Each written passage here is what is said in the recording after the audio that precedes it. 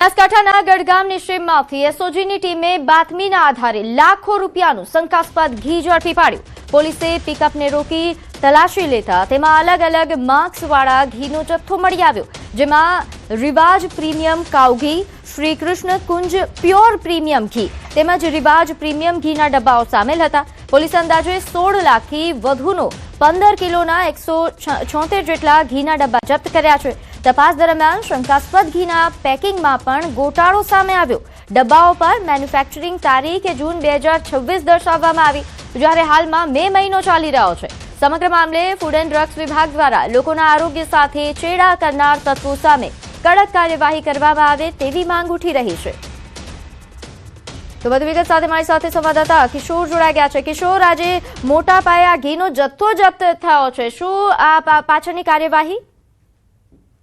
ચોક્કસથી ગઢ પોલીસ સ્ટેશનને બાતમી મળી હતી, ત્યારે એસઓજીની ટીમ દ્વારા ગઢની સીમમાં શંકાસ્પદ ઘી ઝડપી લેવામાં આવ્યું છે। પિકઅપ ડાલામાં તપાસી લેતા ઘીનો જે જથ્થો છે તે ઝડપાયો છે। તેમાં રિવાજ પ્રીમિયમ કાઉ ઘી, શ્રીકુંજ પ્યોર ઘી તેમજ રિવાજ પ્રીમિયમ ઘીના 3 અલગ અલગ માર્કાવાળા ઘીના ડબ્બાઓ ઝડપાયા છે। 15 કિલોના 176 જેટલા ઘીના ડબ્બાઓ 16 લાખથી વધુની કિંમતનો આ શંકાસ્પદ ઝડપો અત્યારે તો પોલીસે ઝડપીને કાયદેસરની કાર્યવાહી હાથ ધરી છે। પરંતુ મહત્વની વાત તો એ છે કે અત્યારે મે મહિનો ચાલી રહ્યો છે અને પેકિંગ ઉપર મેન્યુફેક્ચર તારીખ જૂન 2026 લખવામાં આવી છે। ફૂડ અને ડ્રગ્સ વિભાગ દ્વારા લોકોના સાથે ચેડા કરનાર સામે અત્યારે તો કડક કાર્યવાહી હાથ ધરવામાં આવી છે અને એનું સેમ્પલિંગ લઈને તપાસ અર્થે મોકલવામાં આવશે। અત્યારે તો પોલીસ દ્વારા શંકાસ્પદ જથ્થાને સીઝ કરવામાં આવ્યો છે। જી આભાર માહિતી આપવા બદલ। આગળ વાત કરીએ, વિદેશમાં વધુ એક ગુજરાતીની હત્યા। મૂળ આણંદના વિદ્યાર્થીની કેનેડામાં તેમની હત્યા થઈ। બોરસદની 22 વર્ષીય વિધિ કલ્પેશભાઈ મેઘાની હત્યા થયા હોવાની વિગત મળી રહી છે। નાયગ્રામાં ચાકુ મારીને વિધિની હત્યા કરાઈ। મળતી વિગત અનુસાર 4 વર્ષથી કેનેડાના નાયગ્રા વિસ્તારમાં તેઓ રહેતા હતા। અભ્યાસ સાથે નોકરી પણ આ યુવતી કરતી હતી, ત્યારે પીઆર માટે તૈયારી કરી રહી હતી એ યુવતી 15 મેના રોજ ઘરેથી બહાર ગઈ અને આ ઘટના બની। અમેરિકન બોર્ડર નજીક ઘટના બન્યા હોવાની માહિતી પ્રાપ્ત થઈ રહી છે। સ્થાનિક પોલીસે હત્યાનો ગુનો નોંધી તપાસ હાથ ધરી છે। પરિવાર અને વતનમાં હાલ શોકની લાગણી પ્રસરી। વધુ વિગત સાથે મારી સાથે સંવાદદાતા જનક જોડાઈ ગયા છે। જનક, આ જે વિદેશમાં ગુજરાતી યુવતીની હત્યાનો બનાવ બન્યો છે, શું વિગત પ્રાપ્ત થઈ રહી છે? જે ચોક્કસ આ ઘટના આણંદ જિલ્લાના બોરસદ શહેરની છે। બોરસદ શહેરની જે વાસદ ચોકડી વિસ્તાર છે અને ત્યાં 100 ફૂટ રોડના જે આખો એક એરિયા છે, વિસ્તાર છે, અને ત્યાંની સ્થાનિક યુવતી વિધિ કલ્પેશભાઈ મેઘા 4 વર્ષ અગાઉ કેનેડામાં અભ્યાસ માટે ગઈ હતી। કેનેડાના નાયગ્રા જે વિસ્તાર છે ત્યાં રહેતી હતી। સાથે સાથે અભ્યાસ સાથે એને નોકરી પણ કરતી હતી અને પીઆર માટે પણ તૈયારીઓ એની ચાલુ હતી।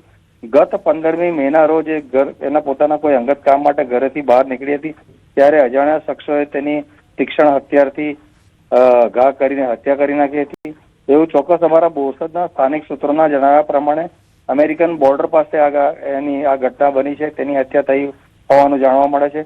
અત્યારે જે અમારી પાસે માહિતી છે એ પ્રમાણે ત્યાંની સ્થાનિક જે પોલીસ છે એણે હત્યાનો ગુનો નોંધી વધુ તપાસ હાથ ધરી છે।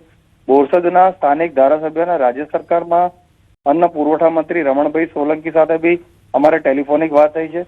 રમણભાઈ સોલંકીએ ચોક્કસ અમને જણાવ્યું છે કે હું એ પરિવારની મુલાકાત લઉં છું અને જે કઈ વિગતો છે મેળવી અને એમ્બસીના માધ્યમથી અને જે કઈ મદદ થઈ શકે એનો ચોક્કસ અમે પ્રયાસ કરીશું। જી આભાર માહિતી આપવા બદલ। તો સુરેન્દ્રનગરમાં બેફામ રફતારનો કહેર સામે આવ્યો છે। અહીં ગઈકાલે મિલન સિનેમા મેઇન રોડ પર બેફામ સ્પીડમાં જઈ રહેલા કાર ચાલકે 2 થી વધુ વાહનોને ટક્કર મારી અને અકસ્માત સર્જ્યો। કાર ચાલકે અચાનક નિયંત્રણ ગુમાવતા માર્ગ પર જતા વાહનોને અડફેટે લીધો હતો।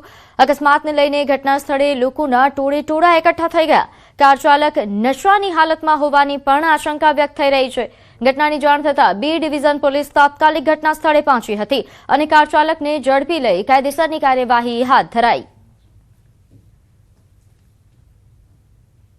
તો મહેસાણા મહાનગરપાલિકા વિસ્તારમાં આગામી સમયમાં યોજાનારી રાષ્ટ્રીય વસ્તી ગણતરીની કામગીરીને લઈને તંત્ર હવે એક્શન મોડ પર છે.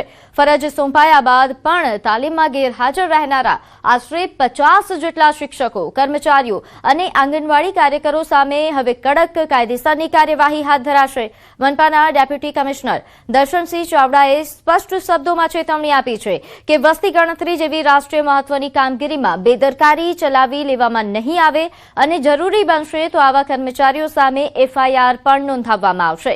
મનપા વિસ્તારમાં કુલ 680 જેટલા ગણતરીદારો અને સુપરવાઇઝર્સની જરૂરિયાતને ધ્યાનમાં રાખીને વિવિધ વિભાગોમાંથી સ્ટાફને ઓર્ડર અપાયા હતા અને તાલીમનું આયોજન પણ કરવામાં આવ્યું હતું. છતાં અનેક કર્મચારીઓએ તાલીમમાં હાજરી નહોતી આપી. વસ્તી ગણતરીના કાયદા હેઠળ આવી બેદરકારી બદલ 3 વર્ષ સુધીની જેલની સજાની જોગવાઈ છે એવું તંત્રએ જણાવ્યું છે. મનપાની આ આકરી કાર્યવાહીથી બેદરકાર કર્મચારીઓમાં ભારે ફફડાટ ફેલાઈ ગયો છે.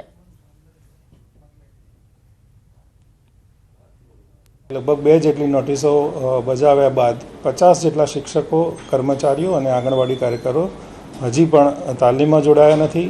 સેન્સસ એક્ટ હેઠળ આવા શિક્ષકોને એમની સામે એફઆઈઆર સહિતની કામગીરી કરવામાં આવશે. આ એક્ટમાં 3 વર્ષ સુધીની સજાની જોગવાઈ છે. સમાચારોમાં હાલ સમય થયો છે એક નાનકડા વિરામનો.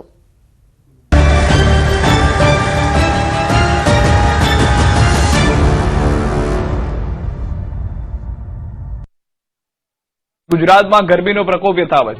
ગુજરાતમાં હાલ ગરમી તાંડવ મચાવી રહી છે. હજુ 48 કલાક ગરમી ભૂક્કા બોલાવશે, જે બાદ તપતી ગરમીથી હવે રાહત મળવાની છે. ગુજરાતમાં ચોમાસાની ઘડીઓ ગણાઈ રહી છે, જેના ભાગરૂપે જ હવે રાજ્યમાં પ્રી મોન્સૂન એક્ટિવિટીનો પ્રારંભ થશે. હવામાન વિભાગે આગાહી કરી છે કે 30 મે થી 2 જૂન સુધી આંધી તોફાન સાથે મેઘરાજા ધબધડાટી બોલાવશે. ઉત્તર, મધ્ય અને દક્ષિણ ગુજરાતમાં વરસાદ બગડાટી બોલાવી દેશે. 30 મે બનાસકાંઠા, સાબરકાંઠા, પાટણ, અરવલ્લી, મહીસાગર અને કચ્છમાં વરસાદ પડી શકે. 31 મે દાહોદ, છોટાઉદેપુર, બનાસકાંઠા, સાબરકાંઠા, પાટણ, અરવલ્લી, કચ્છ અને મહીસાગરમાં વરસાદની વકી છે.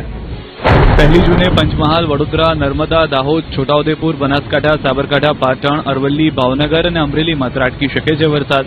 2 જૂને ડાંગ, તાપી, ભાવનગર, અમરેલી, પંચમહાલ, વડોદરા, નર્મદા, દાહોદ, છોટાઉદેપુર, બનાસકાંઠા, સાબરકાંઠા અને અરવલ્લીમાં પડી શકે છે વરસાદ. 20 मई से लेकर 2 जून तक इक्का दुक्का स्थानों में